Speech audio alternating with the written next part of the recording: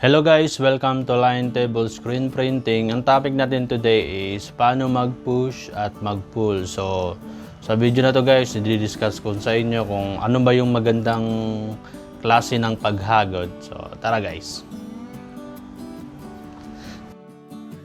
Welcome back guys. So, bago tayo mag-demonstrate kung paano mag-push or mag-pull, so, i-explain ko muna sa inyo yung experience ko kung ano ba sa dalawa yung maganda.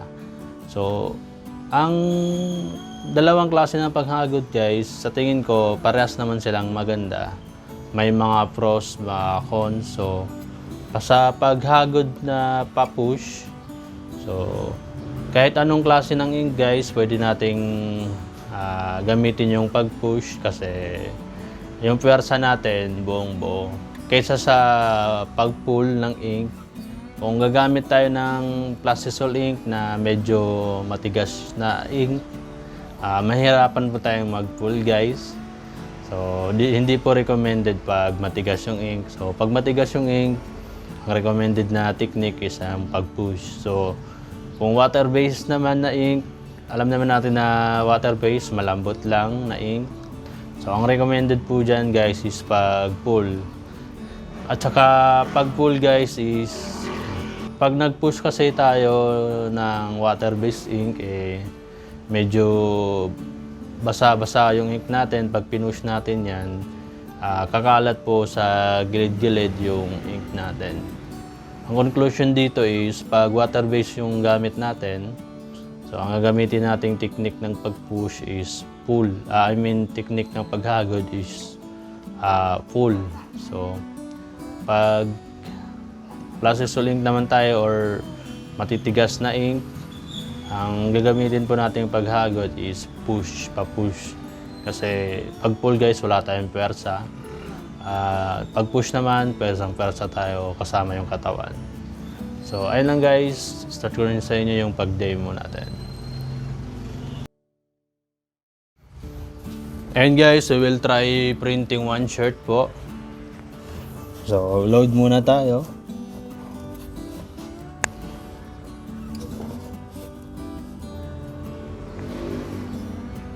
So, sa pag-load guys, meron kaming video dyan. So, try nyo yung i-check yung channel namin. Marami na po kaming tutorial. Guys, dapat yung design natin, sakto lang yung taas. Hindi masyadong mababa, hindi masyadong mataas. Ayan. So, may pandikit na po yung platen ko guys, kaya ready to use na to. So, sample guys, yung ink na ginagamit natin ngayon is plastisol ink. So, we need clamp for our registration. And also, we need spacer guys. May video kami dito kung ano ba yung gamit nitong spacer na to. So, lagay natin yung spacer. So, nasabi ko kanina guys, pag yung ink natin matigas katulad nito, pansin nyo naman matigas yung ink. Yan. So, ang recommended na gagawin natin guys is yung pag-push. Yan. So, pag magpupush tayo, make sure lang na naka-slant ng konti yung squeegee natin.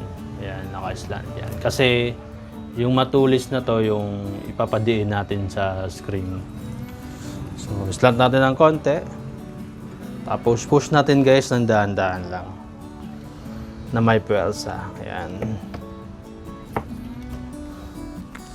So, 2 times po natin gagawin to. Kung makapansin nyo yung design, may sobra-sobra pang ink. So, push natin ng isang beses pa para ma-clear lang natin.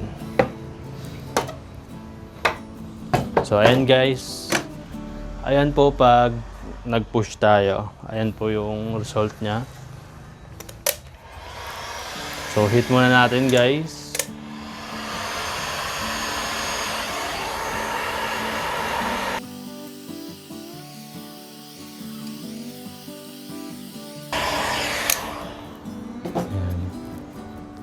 So, we'll print one more guys kasi dalawang beses natin siyang ipiprint para yung opacity or linaw ng ink niya is lumabas. So sa tingin ko guys, ang magandang quality, maganda yung result ng pagprint is yung pahagod natin na pagpa-pull. Kasi sa pull kasi guys, medyo even yung kanya.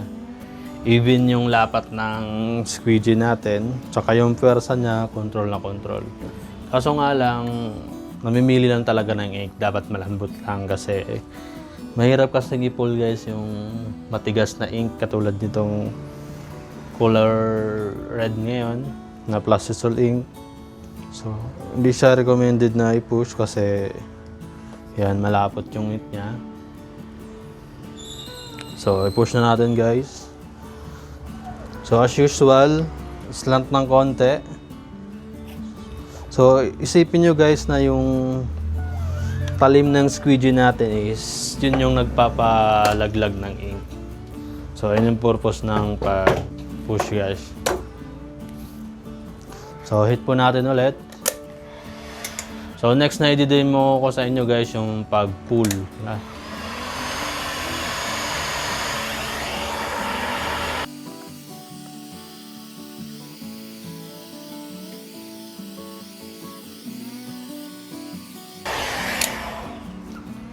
And guys, next color po tayo. Color yellow.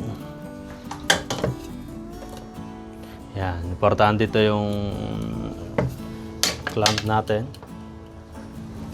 So, sa nasabi ko kanina guys, pag malapot yung ink or matigas, pag push po yung recommended na paghagod natin.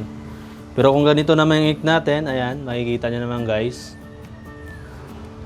malambot lang. So, pwede po natin siyang i-push, i-pull guys. So, pa-pull po yung hagod natin yan. So, sa hagod ng pa-pull guys, make sure lang na marami tayong ink dito. Ayan. So, at least kukuha tayo ng kalahati. Ayan. Gitna. Tapos, as usual, i-slant lang natin konti yung squeegee.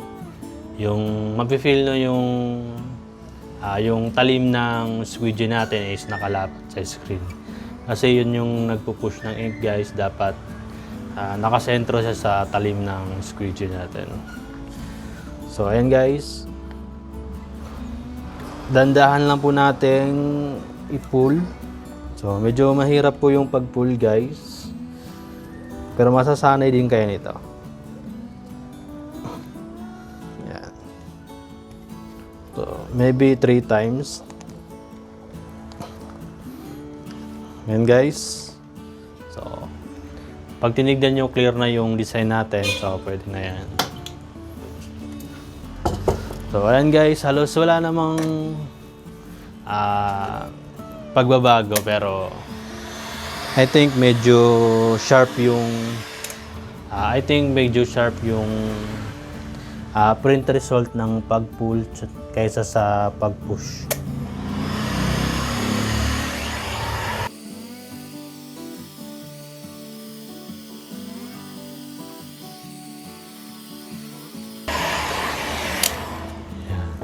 So, last patong natin guys. Ayan. Clamp. So, as usual guys, lagyan natin ng ink sa dulo dito. Ayan. Dapat merong ink dyan. So, kuha tayo ng kalahati. Ayan. Tapos, i-pull na natin. So, yung pwersa sa pull natin, guys, is nasa daliri natin.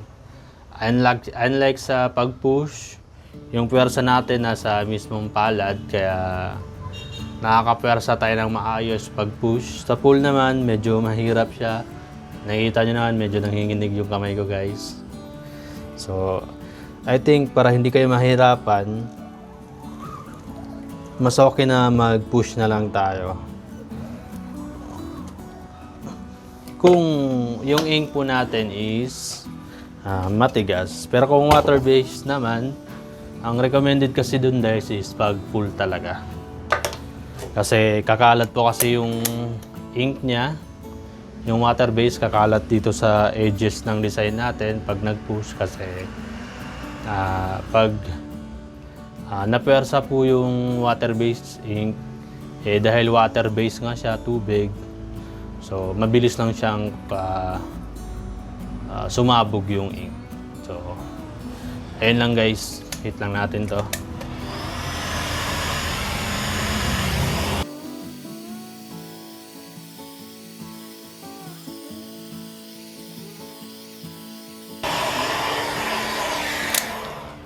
Ayan guys, so tapos na tayong mag-print.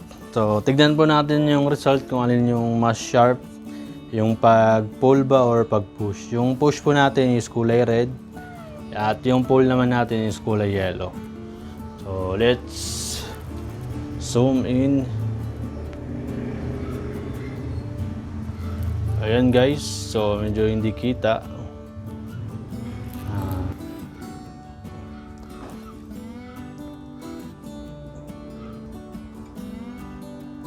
Guys, so sa kulay red po is okay naman yung print nya.